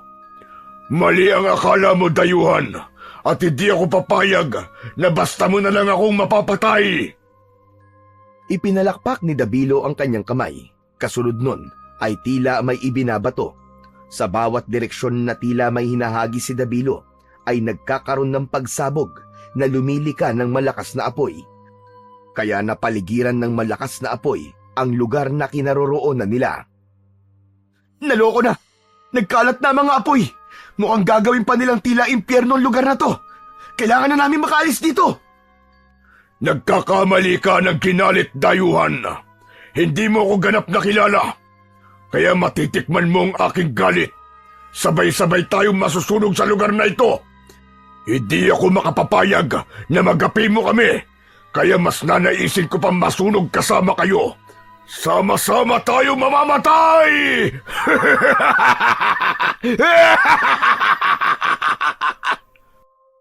Ang tanging nasa isip na lang ni Pidyong ng mga sandaling yun ay makalayo sila kasama sina Batchoy at ang mag-amang Matipuno at Liwayway. Pare-pareho silang makukulong sa apoy kapag namalagi pa sila sa lugar na yon. Batchoy, tara na! Iwanan na natin ang lugar na to! Oh, Insan! Ayoko balik yun dito! Nagmamadaling pinuntahan ni Pidyong ang mag-ama upang sama-sama silang makaalis sa lupain ng dilim na noon ay patuloy sa paglawak ang apoy sa iba't ibang sulok. Wala na kayong matatakasan! Dito na kayo matutupok! Sama-sama tayong masusunog dito!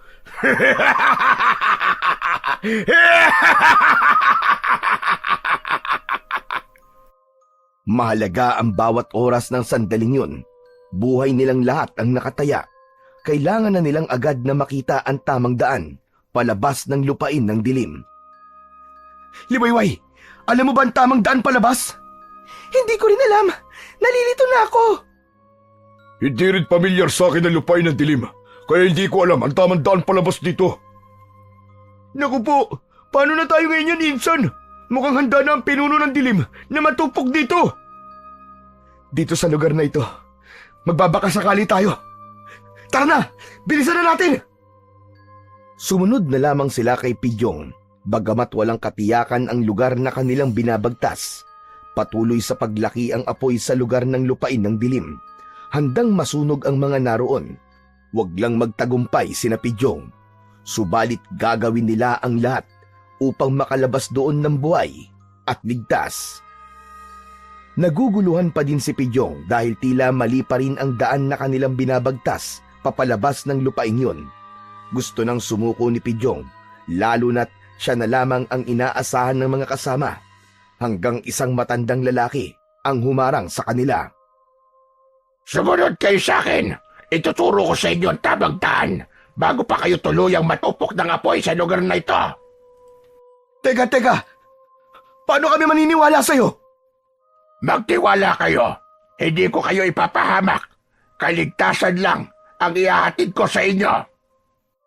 Wala nang ibang pagpipilian pa sina Pidyong, kundi tanging ang kutob niya na nagsasabi ng totoo ang matandang ibig tumulong sa kanila. Dito, bilisan niyo. Sumunod kayo sa akin. Nagpauna sa pagtakbo ang matanda. Kasunod ay ang grupo ni Pidyong. Sa pagbagtas nila sa lugar na tinahak ng matanda, ay agad silang nakaramdam ng kaligtasan dahil pakiwari nila ay tamang daan nga ang kanilang tinatahak. Hanggang patuloy silang papalayo sa lupain ng dilim, ay naririnig nila ang mga pagsabog na lalong nagpalaki ng apoy. Ano yung mga pagsabog na yung tanda? Natutupok na ang lupain ng dilim. Pinili ni Dabilo na mamatay kasama ang kanyang mga kampon kesa mamatay sila sa inyong mga kamay. Hanggang sa ilang minuto pa ang lumipas, tuluyan na nga nilang narating ang labas ng lupain ng dilim. Huminto na ang matanda. Ligtas na kayo rito. Maaari na kayong bumalik sa inyong pinagmulan. Maraming salamat po sa inyo, Tatang. Hindi ko po kayo makakalimutan. Ito na yung tamang lugar, Insan. Natatanaw ko na ang daan patungo sa lupain ni Liwayway. Kaya nga, ligtas na tayo. Maraming salamat sa inyo, Tatang. Iniligtas niyo po kaming lahat. Ginawa ko lang ang tungkulin ko dahil hindi ko maaaring pabayaan ang aking apo. Teka. Apo? Teka, sino ka ba? At bakit tinatawag niyo pong apo si Pidyong? Ako ang tagapagligtas ng nakaraan. Ako si Pedrito. Ano po? Pedrito? Kung hindi po ako nagkakamali, yun ang pangalan ng aking ninuno. Ang lolo ng lolo ko. Ako ang tagapagligtas sa nakaraan at ikaw ang sa kasalukuyan. Nagpakita ko upang tulungan ka. Teka. Paano po nangyari yun, Lolo Pedrito? Mahirap ipaliwanag. Subalit, ang lahat ay dahil sa isang hiwaga. Hindi na ako magtatagal, iho. Masaya ko na nakita kita, Pidyong. Aking apo. Ipagpatuloy mo lang ang iyong mabuting hangarin sa iyong kapwa. Palagi kang gagabayan ng iyong mutya at ng ating Panginoong Diyos. Tumalikod na ang matandang lalaki at habang lumalayo ito ay unti-unting naglalaho sa liwanag. Samantala, labis ang pasasalamat ni Naliwayway at Matipuno kina Pidyong. Utang namin sa iyo ang aming buhay. Kung may pagkakataon pa kayo, ay nais naming isama kayo sa aming lupain upang ganap na makapagpasalamat. Bago pa makasagot si Pidyong, biglang nagliwanag ang mutya na suot niyang kwintas. Kasunod ay ang paglitaw ng bahaghari at sa isang iglap ay hinigop nito ang magpinsan. Wala silang nagawa kahit pigilan pa ni Naliwayway. Ibinalik sina Pidyong ng dulo ng bahaghari sa lugar na pinagkunan sa kanila. Yun nga ay sa kakahuyan. Ala, andito na tayo sa kakahuyan, Inson! Nagbalik na tayo! Tama ka, Batchoy. Tapos na ang ating misyon. Nagawa ko ng aking tungkulin. Wala na rin si Naliwayway at Mang Matipuno. Naku naman, oo! Sayang! Sayang talaga! Alin ang sayang? Yung pinangako sa atin ng lola niya, yung ihahandang masasarap na pagkain ni Lola Liwayway. Hindi ko na matitikman yun. Naku naman, oo! Halika, balik tayo doon! Sira ulo! Kalimutan mo na yun! Ikaw na lang ang bumalik kung gusto mo! Pero ang mahalaga sa lahat, nailigtas na natin sila sa kamay ng dilim. Makakapamuhay na sila ng maayos at may kalayaan sa lupain ng liwanag. Kung makakabalik pa tayo doon, hindi ko alam. Ang mutya lang ng bahaghari ang tanging nakakaalam. Paano na tayo? Anong gagawin natin ngayon, Inson? Ano pa nga ba? Di umuwi na tayo kay Lolo Tomas. Malamang naghihintay na sa atin yun. Baka nga mamaya may inihanda siyang pagkain. Gutom na rin ako. Yun, ayos! Wish ko lang may kibog na inihanda si Lolo Tomas. Tara na, Insan. Tom goods na talaga ako .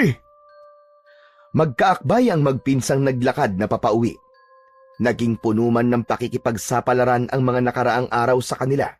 Subalit kasiyahan ang hatid nun dahil alam nila na may iniligtas sila at may natulungan. Bagamat palaisipan pa rin ang mundong kanilang pinuntahan, ang tanging alam nila ay naging kasangkapan si Pidyong kasama si Batchoy upang iligtas ang mga tagalupain ng liwanag sa mapinsalang nilalang mula sa lupain ng dilim. Bawat isa sa atin ay may itinakdang kapalaran. Maaaring ginagamit tayong kasangkapan para sa ibang tao. Yun ay ang matulungan sila at maging mabuting ehemplo sa lahat. Nangako si Pidyong na mas pagbubutihan niya pa at pag-iibayuhin ang kanyang pag-iensayo kasama ang pinsan niyang si Batchoy. Pagsusumikapan nila ang maging tagapagligtas ng sangkatauhan mula sa mga kamay ng mga nilalang na magpapalaganap ng kasamaan at kadiliman.